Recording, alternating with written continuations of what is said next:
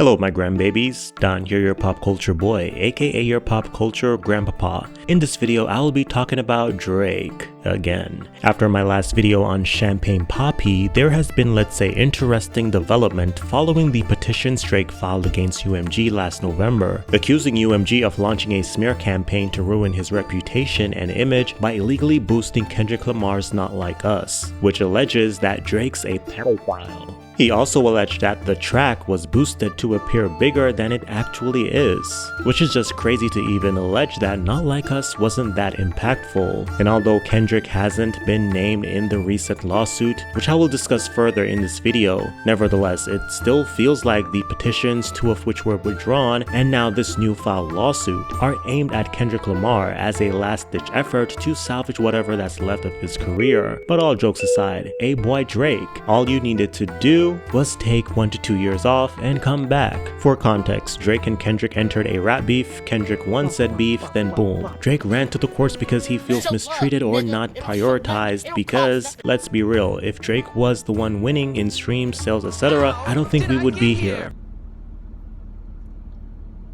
I just wanna be appreciated. So for this video, let's talk about Drake and how his downfall is like a crash course in how to self-sabotage, and how this all could have been avoided had he not entered this beef in the first place. I am Donnie Pop Culture Boy, let's get into it.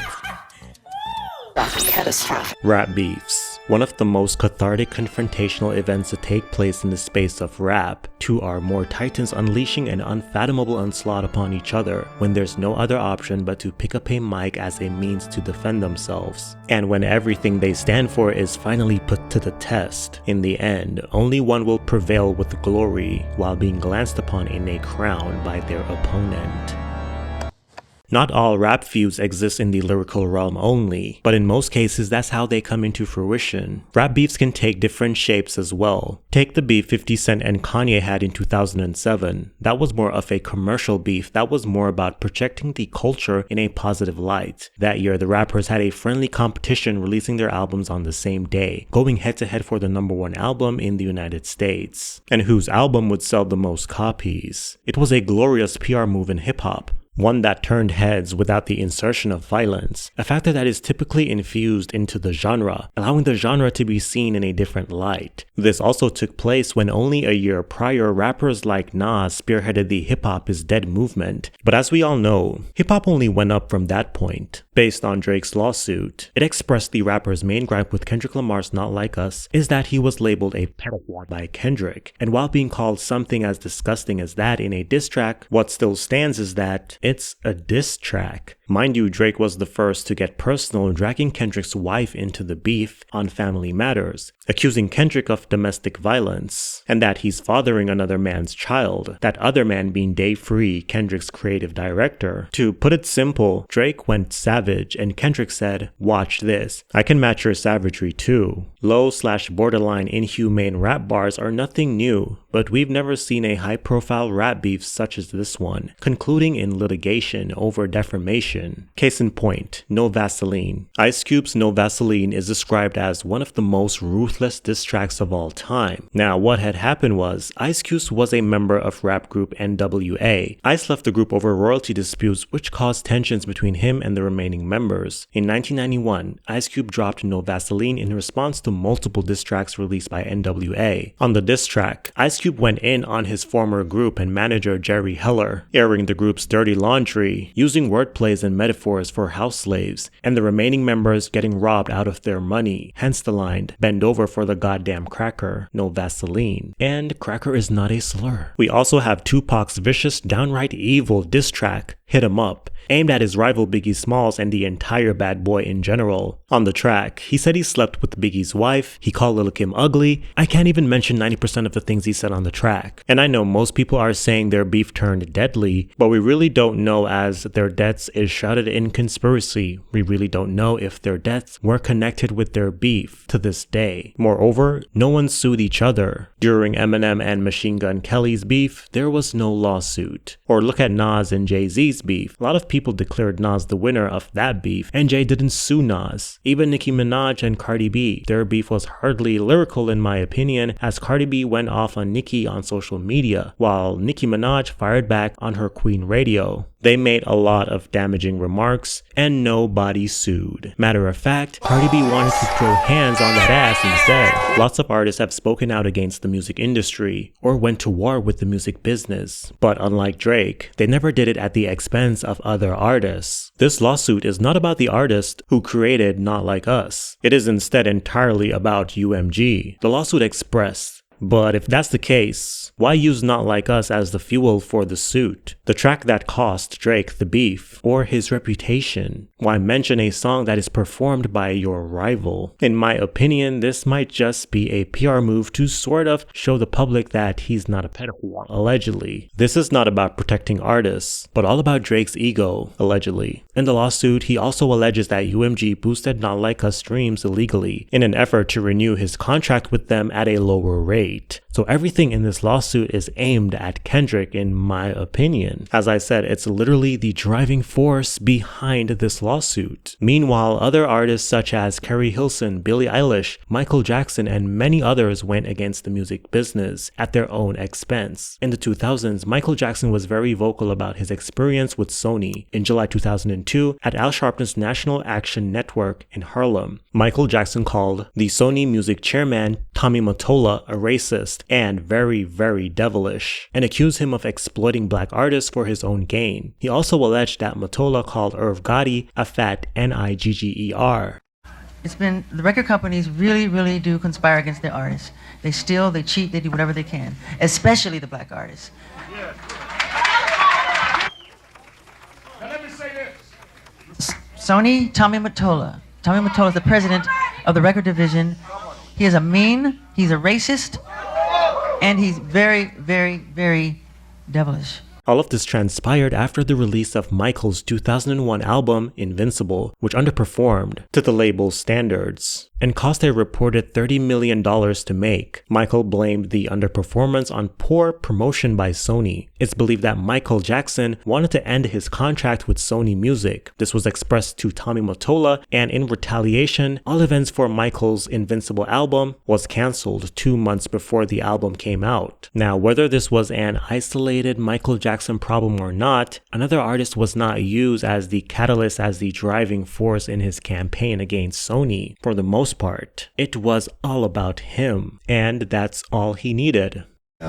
Companies felt otherwise, and they would always hold this contract up and say, well, you signed it. And I say, well, I understand that. It's not like I want to leave. I just want to, talk about this thing and see if we can't make it more fair. Of course, they wouldn't change, because if they changed, they wouldn't really exist. And that's kind of the situation we're in right today. They're not going to exist much longer. Before artists blasting the recording industry for not being compensated for their work fairly was all the rave, there was Prince. Prince was ahead of his time, speaking out in the favor of artists owning their masters and really reaping the fruits of their labor, as record companies take a majority of the earnings made from artists' projects. In the early 10s, Prince was also one of the first artists that opposed the internet when it came to artists being paid from it. And I've said this before, the internet is cheap, and Prince had this same sentiment. Actually, he said artists wouldn't make any money from it at all. In 1993, he took legal action against his label, Warner Bros., over the artistic and financial control of his musical output. This ensued during the negotiations of the artist's 17th studio album, The Gold Experience. In retaliation against his label, Prince would make public appearances with the word slave written on his face. The musician changed his name, to which most of us know as the iconic Prince symbol, as he felt like his name Prince was owned by his record label. The battle between the musician and his label lasted decades, but at last in 2014, he rejoined the label, and with that move, ownership of his masters, with the label holding global licensing rights. Prince was protesting the music industry before it was a trend, when people didn't really understand what he was doing. Because of Prince, artists such as Taylor Swift can use their voices to spark change in the industry and get applauded for it. And as we all know, Prince unfortunately passed away on April 21st, 2016 at his home in Paisley Park Recording Studio in Chanhassen, Minnesota, due to an accidental overdose of fentanyl. He was only 57 years old. Rest in peace to this once-in-a-lifetime legend. Now, let's go through Drake's lawsuit. I'm not gonna read everything, just the juicy parts.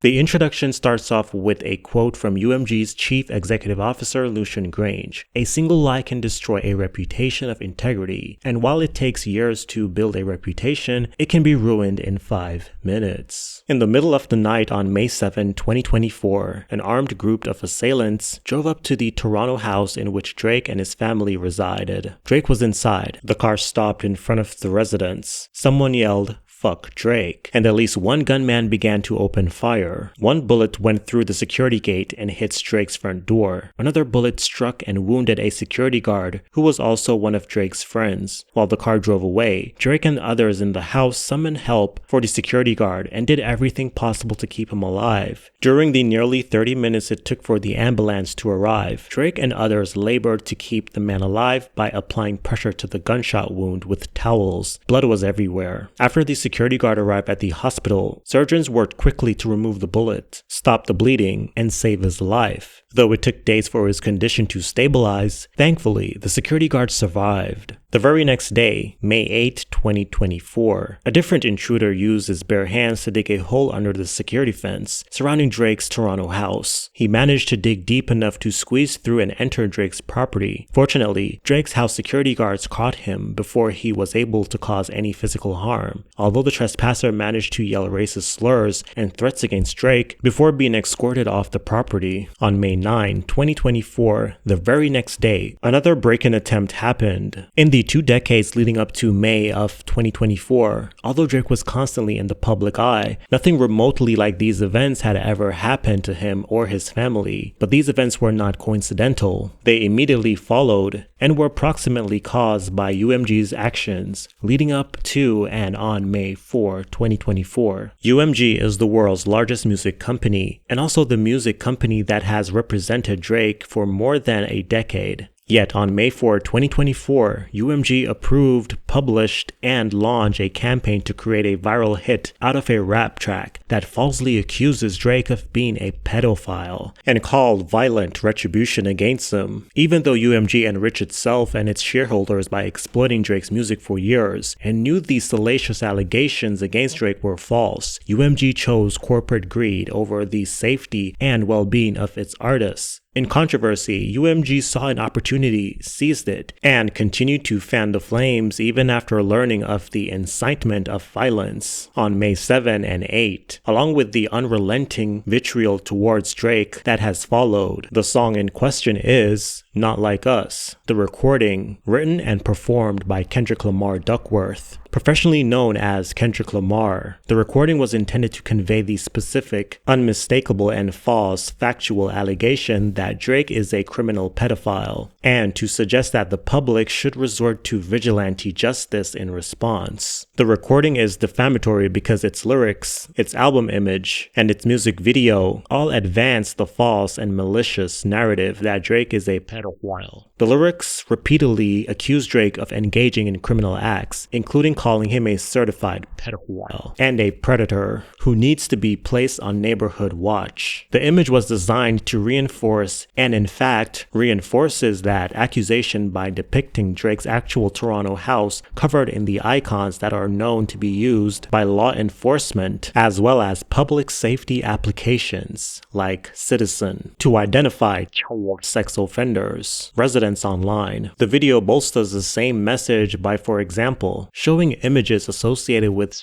trafficking and juxtaposing the game of hopscotch with lyrics accusing Drake of trying to strike a chord and is probably a minor.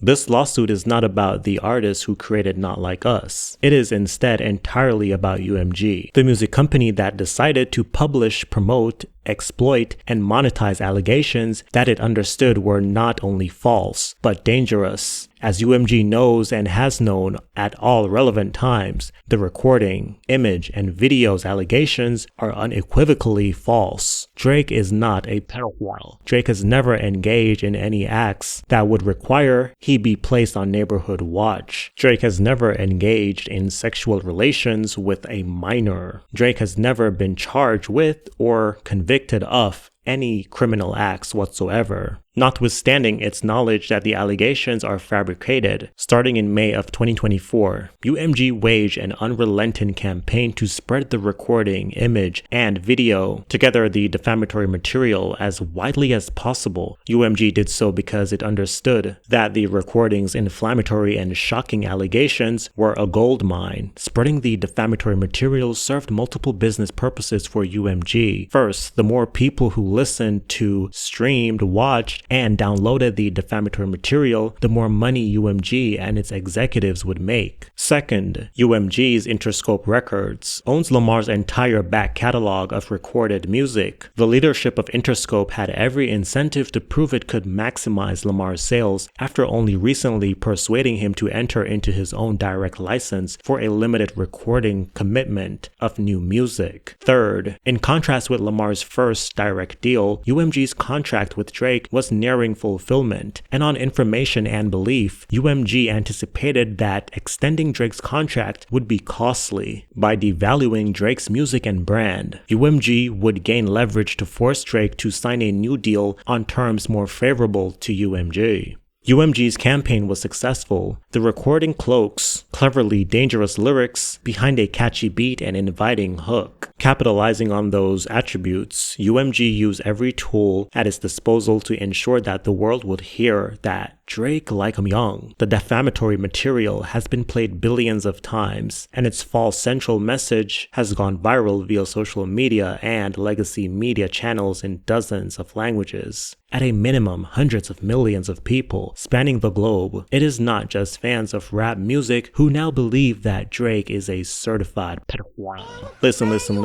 The lawsuit further details that Drake is fearing for the security of himself and his family. He had to pull his son from school. It provides an example of the mob-like response from the public as posters were published saying he's a pedo. Instances where Kendrick Not Like Us music video, suggestions or correlates Drake to ex-trafficking were provided as well. Throughout the document, it kept reminding that Drake is not a pedo and that UMG knew that wasn't true but still distributed the false statement. In my opinion, the lawsuit was a bit overkill. Like, we got it at page 20. I don't think this needed to be a 87 pages lawsuit. Maybe 10 to 20 pages. Also, isn't it interesting how Drake is being painted as a damsel in distress in this lawsuit? Meanwhile, I'm like, Drake, is that you? The same guy who gave us Non-Stop talking about, I'm a bar spitter, I'm a hard hitter, yeah, I'm light-skinned, but I'm still a dark nigga, I'm a wig splitter, I'm a tall figure. This lawsuit sounds like one huge conspiracy that, in my opinion, sounds more like a request for a restraining order or recommending a therapist. The main takeaway for me is how speculative the nature of the lawsuit is. The lawsuit expresses that Drake has information which lead him to believe that this is true and he has information from these persons. Nothing suggests without a shadow of doubt or that he have concrete evidence. It all sounds like hearsay to me. Drake and his legal team did not demand a specific amount. They rather the courts award them an amount that would obviously include counsel fees, punitive damages, yada yada yada. I see some people saying, well, Drake is fighting for artists and he's exposing the industry. Look, he's not exposing anything in my opinion. We all know about fake streams and the industry is shady. Drake has been benefiting from this shady business for years. And now that he's not getting what he wants, now he wants to sue. It's mainly industry people who are washed or people who have been burned by Spotify that are saying Drake wants to save artists. The person that is benefiting from this is Drake, no one else. My interpretation of the document is that Drake has entered a beef, a decision made by him, and he made this decision during negotiations with his label, which wasn't a smart move at all, because he was very confident it wouldn't have a negative effect on his market value. Matter of fact, he is still confident that it had no effect, but the numbers do not lie. So he now files this lawsuit stating that Not Like Us was boosted to damage his image, because there is no way in hell the reactions, the streams, the love for Not Like Us from the people is real. Drake should have never entered this beef. He and Kendrick are not the same. Sure, Drake makes bangers and on paper he is more successful commercially.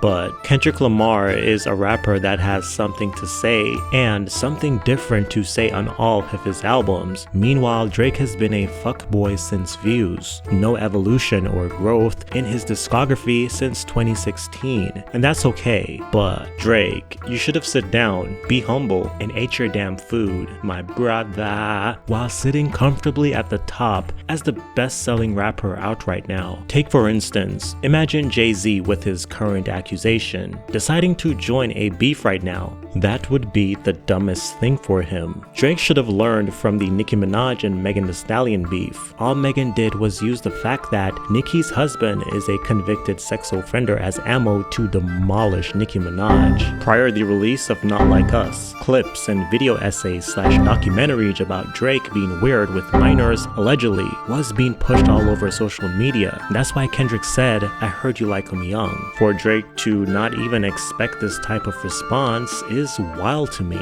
In my opinion, this is mainly a numbers issue for Drake. He's too sales obsessed, and that's all he strives for. So when he's now not getting the numbers because he lost the beef, it completely broke him into little tiny Drake pieces. And instead of trying to put himself back together and move on from the beef, because his career is far from over, or that's what I considered before this lawsuit. Hence why it's evident that Kendrick was right about him.